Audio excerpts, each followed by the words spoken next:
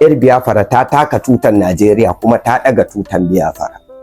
Akwai cin amanan ƙasa da ya fi wannan? Allah ya ji kan Abubakar Ladan Zaria a wani waƙansa da ya yi na haɗa kanmu Afirka mu so juna. Ya ce kwaɗayi ke ta da wulaƙanci, shi ke cin ƙarfin adalci. Sunana Honorable Yusha'u Yakubu, wadda ake wa laƙabi da ɗan autan fedefe. Wanda ya yi wannan duk da hira ake yi, shi ma 'yan jaridu sun yi karin a lokacin da ya yi, don na kira sunansa ba laifi ba ne. Tsohon gwamnan Kaduna ne 'yan Rufa'i. Amma ni ina da ja akan cewa Arewa babu dattijo. Ina da ja. A Arewa aka yi Abdul Lingi. Duk duniya ta ga gwagwarmaya da Abdul Lingi ya tashi ya yi a kan arewacin Najeriya yi. A Arewa aka yi Ali Indumi. Kowa na jin yadda Ali Indumi yake faɗi tashi da tsayawa faɗin gaskiya komin hatsarin da take cikinta. Ɗan Arewa ne. A kwanakin bayan nan kurkusa Sanata Danjuma Goje, sanata mai wakiltan Gombe Central, ya tashi ya yi magana, ya yi kira ga a duba yanayin da wannan mushiyarmu ta arewa maso gabas take ciki.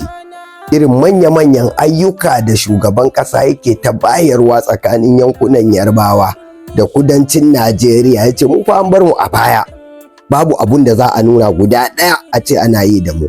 Kaga a yadda ake tsoron shugabannin da yadda in ka ce kula za su ce maka cas, kuma a hakan suke iya daurewa su fito su yi irin wannan maganan. Ai maganan a ce a arewa babu dottijo bata taso ba. Dottijo fa ba sai shugaba bane dottijo wanda ya zama dan siyasa. Sheikh Makari ba dan arewa bane, limamin Central Mosque ne fa. Baya iya isar da sako inda ya kamata, baya iya gaya wa al'umma gaskiya, baya iya gaya wa duniya gaskiya. Wannan maganan wai arewa babu dottijo, ni ban gamsu da wannan ba. To, na farko Allah ya ji kan Abubakar Ladan Zaria a wani waƙansa da ya yi na haɗa kanmu Afirka mu so juna. Ya ce kwaɗayi ke ta da wulaƙanci, shi ke cin ƙarfin adalci, shi ke jawo a yi zalunci, sai sake ya ce da siyasan nan na faƙiranci. Ya ce ka take cikinka da zalunci, mai za ka faɗa a cikin yanci. Ya ce mai wannan hali yau shine a ɗari a Afirka fa mun gane. Ya ce komai ya faɗa mana ƙarya ne, don mun san logon zambo ne. Ya ce mai bin wannan la'ananne ne. Baitin ya ja baiti da yawa kuma ya yi maganganu da yawa. Dalilin da ya sa na kawo maka haka, mutumin da zai iya fitowa yanzu a arewa ya iya cewa wannan gwamnati ta Tinubu ga kuskurenta, gaskiya sai dai 'yan kaɗan wanda Allah ya ɓoye su ba mu san su ba. Ba ai gwamnati da ta ɗauki ba wa ɗan adam billions ta ɗauke shi a mazaunin kamar naira 100,000 ba. Ka kalli ya aka yi ya ci firamaris, ba hiran siyasa muke ba, maganar arewa muke yi. Ka kalli ya aka yi ya zama ɗan takara a jam'iyyar APC. Ka kalli yadda yake ruwan dala. Ka kalli yadda 'yan majalisunmu na tarayya na wakilai da sanatoci sun yi gum. Kuma hakan ba zai haifar mana da mai ido ba. Arewa muna cikin ukuba, muna cikin damuwa, muna cikin tashin hankali. Dan jarida, wani abu na takaici, wani abu na tashin hankali. Shekara nawa al'umman Igbo suke daga tutan Biafra?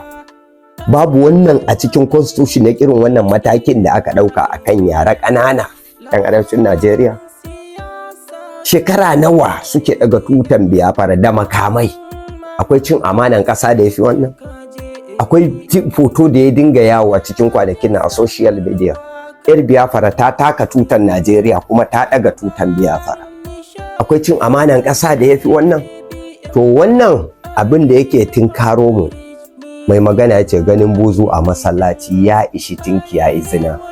Abun da aka yi wa yaran nan, abu na Allah wadai, abu na baƙin ciki, abu na takaici, wani kaidi ne na zalunci, don ya fi in ce munafurci ko ma in ce na kafurci. Akasarin yaran na abin da ido ya gani under age ne. Shari'ar ma babu ta Allah ma a kansu yawancinsu, balle ta constitution. Su aka ce an kai wannan kurkuku na kuje, su ake gabatarwa a gidan yari. Manyan 'yan ta'adda dai ba mu taɓa gani an gurfanar da babban ɗan ta'adda a kotu an kawo shi a galabaicen yunwa ta da shi bai san ina yake ba, an galabaitar da shi. Ba mu taɓa gani wa ɗan ta'adda irin wannan. Babu cin amanan ƙasa da ya fi irin abin da Bello Turji ke yi. Babu cin amanan ƙasa da ya fi irin abin da mutanen al'umman Igbo suke masu ikirari da Biafra. Shin iya arewa ne kaɗai constitution ya tanadar da irin wannan hukunce-hukunce a kanta, ko kuma har su ma duka suna ciki? Kuma I'm sorry to say, mu 'yan arewa akwai kuskuren da magabatanmu suka yi a baya, kuma kuskuren ya zame mana damuwa. A muna yara an ƙi karantar da mu a social studies in an zo baka tarihin su Ahmadu Bello Sardauna, Allah ya karbi shahadarsu, su Tafawa Balewa, summary ake bayarwa. Ba a karantar da mu muna yara menene dalilin me rayuwar su Sardauna, akan me kuma suka rasa ransu. To da an karantar da mu wannan tun muna yara akan me su Sardauna suka rasa ransu, babu wata yanki a Najeriya da za mu sake yadda da ita, ko za mu sassauta mata, ko za mu ɗaga mata kafa. Ana cin zarafin mutanenmu ya wuce duk yadda ɗan adam zai yi tamani.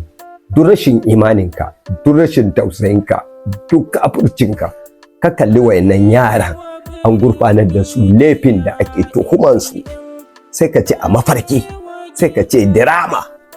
Ana musu tuhuma da cin amanar ƙasa.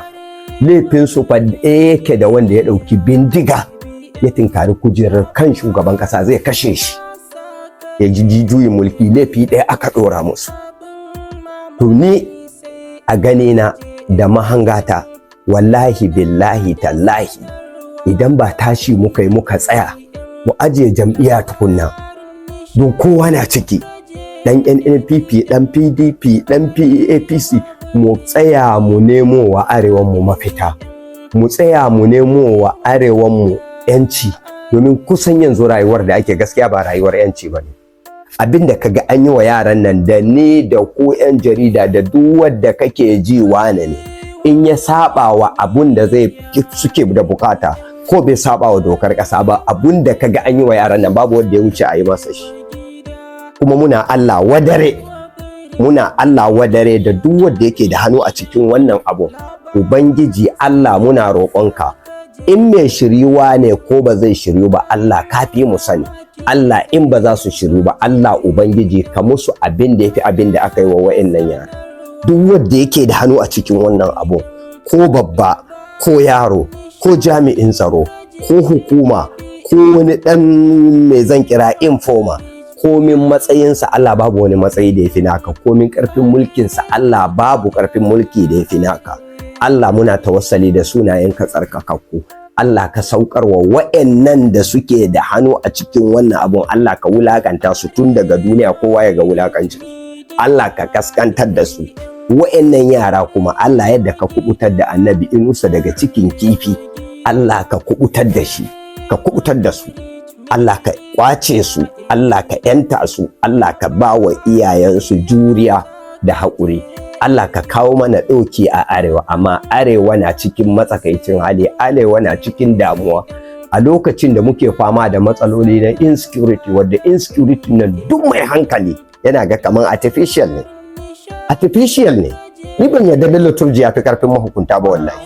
Duk da ana zargin cewa mutane ana ba su kuɗi a zaɓe, ko su zaɓi mutum ba abin da suke so ba, su canja ra'ayi. Ai ɗan arewa yana cikin damuwa. Ɗan arewa fa mai tura ruwa ma ya tura wa mai neman shugaban ƙasa gudumawan kuɗi, ba wai ya karɓi kuɗi a hannun ɗan takara ba. An tura wa ɗan takara gudumawan kuɗi, komin talaucin ka ɗan takarar shugaban ƙasa na tsaye yana faɗan account number sa, duniya tana gani. Matan aure, mai sai da daddawa, mai sai da kuka, mai sai da gyaɗa, mai arziki da wanda yake neman kuɗi da mai wanda ya tara kuɗi, dukka sun tura mar ya zama shugaban ƙasa a Najeriya. Ka kalli me yayi wa 'yan ƙasa, daɗi ya saka su ko wahala ya saka su. Wanda ya zo ya ba da kuɗi, ka kalli daɗi ya saka su ko wahala ya saka su. Allah kaɗai za mu koma mu gayawa. maganan ne zargin wai mu kuɗi ne ya haifar sun karɓi kuɗi. Ka kalli talaucin da ke cikin arewa fa, ka kalli an bar mu koma baya fa. Bara duk Najeriya babu inda ake bara da yunwa irin na arewacin Najeriya fa. Babu inda komai yake ta taɓarɓarewa irin arewacin Najeriya. Harkokinmu na kasuwa lalacewa yake ta yi. Kuma yau ka kalli dai tashin hankalin da muke ciki. Kunya irin ta Bafulatani, kunya irin ta ɗan Bafulatani. A arewacin Najeriya Bafulatani ke ɗaukan ɗan adam, ana waya da shi, ana cinikin mutum nawa za a biya shi kafin ya sake. Ai arewa mun fada cikin tasko, arewa mun fada cikin damuwa. Ubangiji Allah ya kawo mana ɗauki, Allah kuma ka ji kansu Ahmadu Bello Sardauna. Allah ka karɓi shahadarsu, Allah ka sa sun tafi asa, Allah ka musu sakayya da gidan aljanna. Allah kuma ya kawo mana mutane madadinsu, waɗanda za su tsaya akan gaskiya, su yi riko da gaskiya, su riƙe arewa bilhaki da gaskiya, su riƙe ta da amana. Amma in an tafi haka, 'ya'yanmu da jikokinmu masu tasowa a baya, al'amarin ba kyau, al'amarin ba daɗi wallahi. Sai dai Allah ya kawo mana ɗauki. Babu damuwa, ina muku godiya kuma muna roƙo Allah subhanahu wata'ala, Allah ka kawo mana ɗauki, Allah ka kawo mana mafita don alfarman manzon Allah. 'Yan uwanmu da ake musu cin zarafi da wulaƙanci a yankin Zamfara, yankin Niger, yankin Katsina, yankin Sokoto, kalli sarkin gobe, kalli irin cin zarafi a ce a arewa, dan arewa ne yake ɗauke sarki, yana nuna sarki ana masa bidiyo cikin kaskanci, cikin wulakanci, cikin tozarci, daga ƙarshe a kashe sarki, a hada gawan sarki. Arewa muna cikin damuwa, Allah ka kawo mana ɗauki don alfarman manzon Allah.